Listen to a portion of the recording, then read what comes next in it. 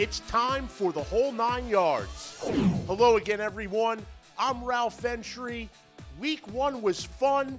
Now it's time for Week 2 of the FCS season. All 7 Northeast Conference teams will take to the gridiron. 4 home games, 1 Friday night special. I'll tell you all about that and more in our opening drive. Starting with Friday night's affair in New Britain, Connecticut. CCSU will open its home schedule, raise their 2017 championship banner, and look for the season's first victory against Division II member Lincoln.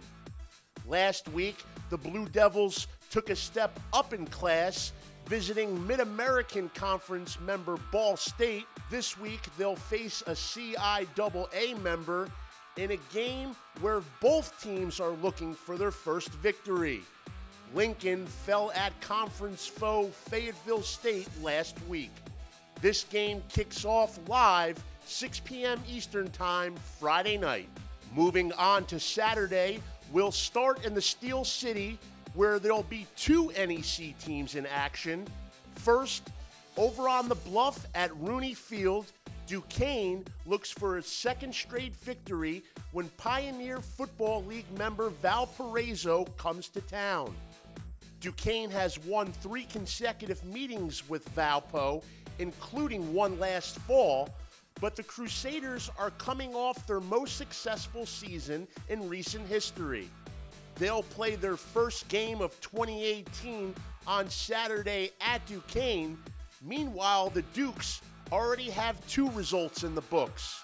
Following a Week 0 loss to UMass, they bounced back with a 45-zip win over D2 Lockhaven last week at Rooney Field.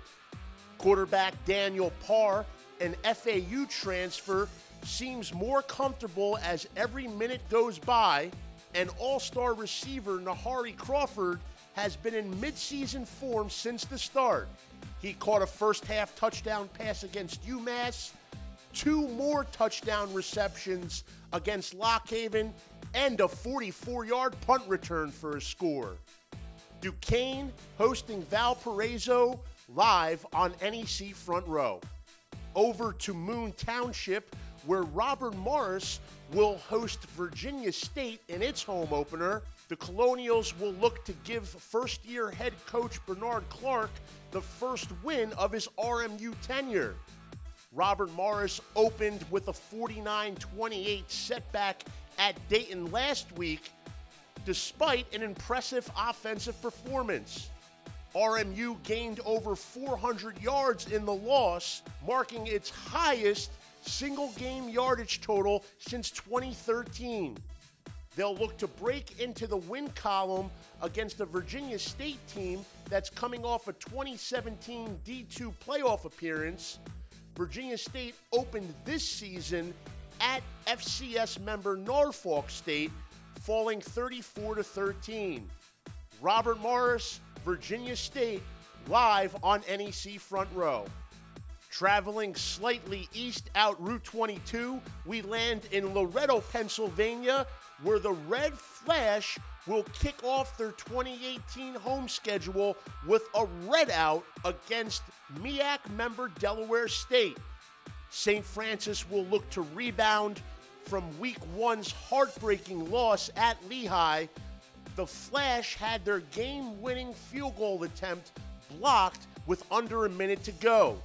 Meanwhile, Delaware State kicked off its campaign at FBS member Buffalo, and from what he saw on tape, SFU head coach Chris Valerial is expecting a stiff test from the Hornets. Yeah, they're big. They're a big, strong offensive line.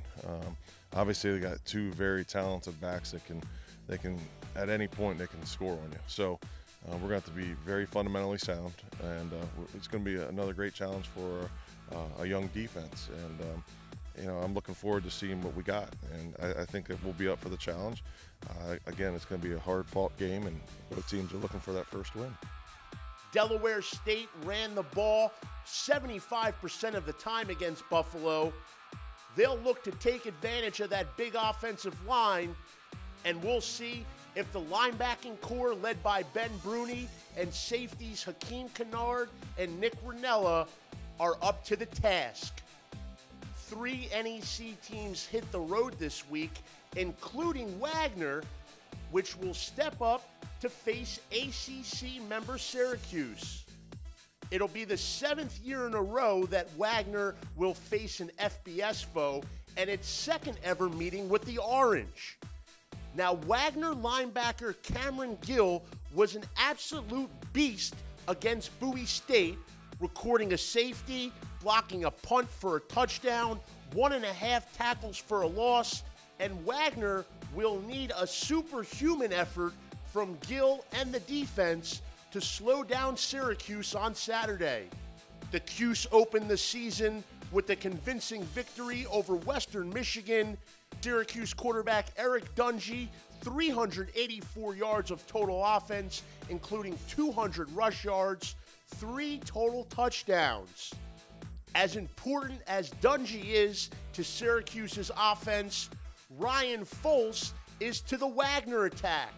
The senior tailback went off for 271 yards on 20 carries last week against Bowie. He gained over 1,300 yards as a junior, his first season at Wagner, and he may be the Seahawks' best defense against Syracuse. If Foles and the Seahawks can establish the run and move the chains, they can keep Dungy and the dangerous Orange offense off the field. We keep it in the Empire State, but move from central New York out to Long Island, where Bryant will visit CAA member Stony Brook.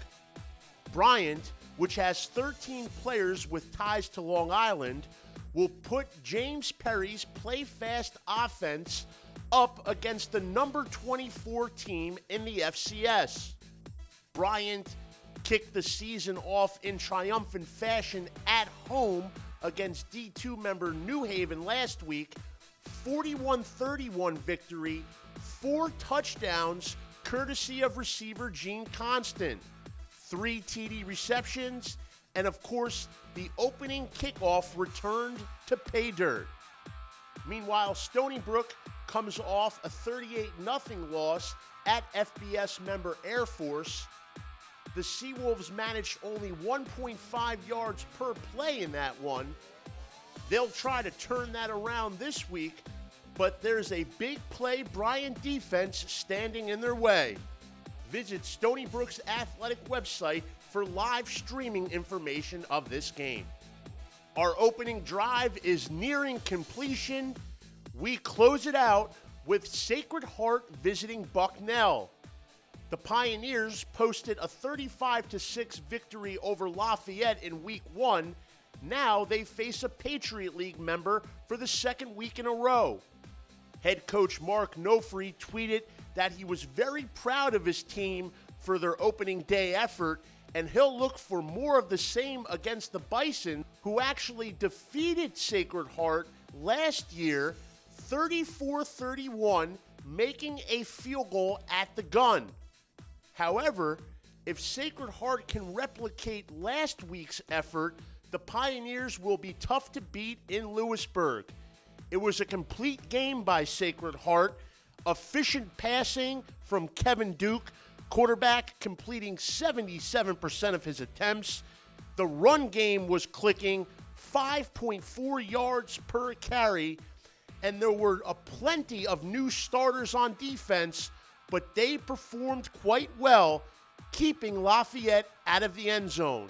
We turn the film on Sunday morning, and you sit there and you look at the stats and you watch it and you grade it out. Aaron Donaldson and Chris Adjaman gave us quite a bit of pressure up front, and they have motors that just don't stop, and it was great to see. Aaron was new to our program this year, and Chris had been with us for 2 years but didn't play much until last year, so he's come a long way. And then talk about Mike Weiland and even Pat Luker, the 2 inside linebackers. They're redshirt sophomores, and they played a little bit last year on special teams. In their freshman year, they didn't play at all. And to see how far they've come in terms of their growth, their learning of the defense. I mean, it's phenomenal to see kids like that buy into the program, and Coach Cook's done a great job getting those guys ready, and it showed Saturday night. Sacred Heart has a recipe. Now they'll look to cook up a second straight victory against a Patriot League member. Let's examine the NEC stock market. I'll tell you which player's value is on the way up. When it comes to wide receiver, St. Francis's Cameron Lewis receives a lot of external attention, and rightfully so. He set the NEC single-season record as a sophomore. He's an All-American, but he isn't the only playmaking target on the Red Flash roster. Junior Cyrus Holder had a marvelous start to his season at Lehigh in Week 1. Holder made 5 receptions for a team-leading 94 yards in the near-road victory over the reigning Patriot League champions. Although the stats don't necessarily tell the whole story, Holder has flashed plenty of ability during his first 2 years in Loretto. You know, Cyrus showed us a lot. He's got a lot of speed. He's going to be a force on that outside for us. So, you know, there's a lot of great things that you know, are happening right now. We just got to be able to, you know, finish the game, and that's going to be our theme is finish everything we do, and let's see what happens. He has size, speed, plenty of potential, and in this year's season opener, it looked as if he had at least 1, maybe 2 steps on the defender after every snap. He had only 11 receptions a year ago, but almost all of them were big plays, 25.7 yards per catch. Cyrus Holder has big playability, and we started to see that on the field at Lehigh this past Saturday. His stock is on the way up. With a hint of fatigue setting in, I'll call the Twitter timeout. This week's featured tweets come from the National Football Foundation, which annually awards the Campbell Trophy. The NFF took to Twitter to recognize the NEC's 2 official nominees for the academic Heisman. Robert Morris linebacker Adam Wallet, a 4.0 student last year. He had 3 tackles in the Colonials opener against Dayton. Sacred Heart's Andrew O'Neill, a finalist for the 2017 Doris Robinson Scholar Athlete of the Year Award. He's a 3.86 student. He kicked his season off with 9 catches, 103 yards, and a touchdown. Now, when it comes to eligibility for the Campbell Trophy, which has been awarded annually since 1990, the NFF takes 4 factors into consideration. The athlete must have a graduate or senior standing, a minimum GPA of 3.2, they must demonstrate outstanding football ability, as well as strong leadership and citizenship. One interesting NEC connection, current RMU president Dr. Chris Howard was the recipient of the inaugural William Campbell Trophy in 1990. Some other Campbell Trophy winners over the years include Peyton Manning, Chad Pennington, and Tim Tebow. Best of luck to Andrew O'Neill and Adam Wallet. Blue 42, Blue 42, Omaha, Omaha. It's the NEC Audible.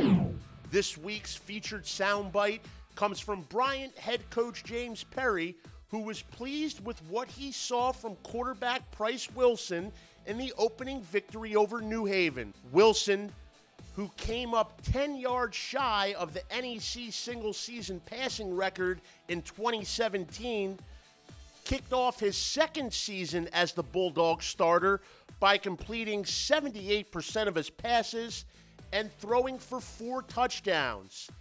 He spread it around Bernie Stadium as well, connecting with 12 different receivers.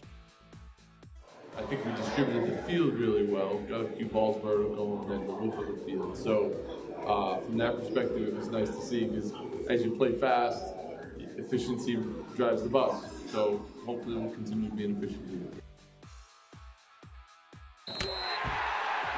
That's amazing, bro. what has me in a state of amazement this week?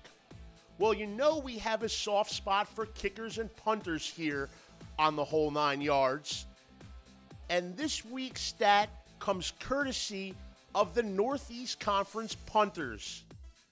In 8 games thus far, not one punt off the foot of an NEC punter has gone for a touchback.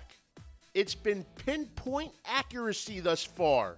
In the Week 0 opener, Duquesne's Mitch Maxura put 3 of his 6 punts inside the opponent's 20. Of course, no touchbacks. This past week, Wagner's Eric Sylvester dropped 5 of 6 inside the opponent's 20. Then there was St. Francis U's Andrew Zecca. He punted 4 times in the setback at Lehigh. 3 of them went for longer than 50 yards. 2 landed inside the 20, and his average for the day, 53 yards per punt. That was tops in the FCS for the first 2 weeks of the season. NEC punters getting it done. Andrew Zecca leading the nation. That's amazing. So that'll do it, folks. We did our best to give you the whole 9 yards on Week 2 in Northeast Conference football. Now go out and enjoy the games. We'll have 4 of them on NEC Front Row. Of course, we'll be back to recap everything with the Super 7 next Tuesday, and then the whole 9 yards again ahead of Week 3. For NEC Front Row, I'm Ralph Ventre. Until next time. This is Adam Wall with Robert Morris University, and thank you for watching this edition of the Whole 9 Yards.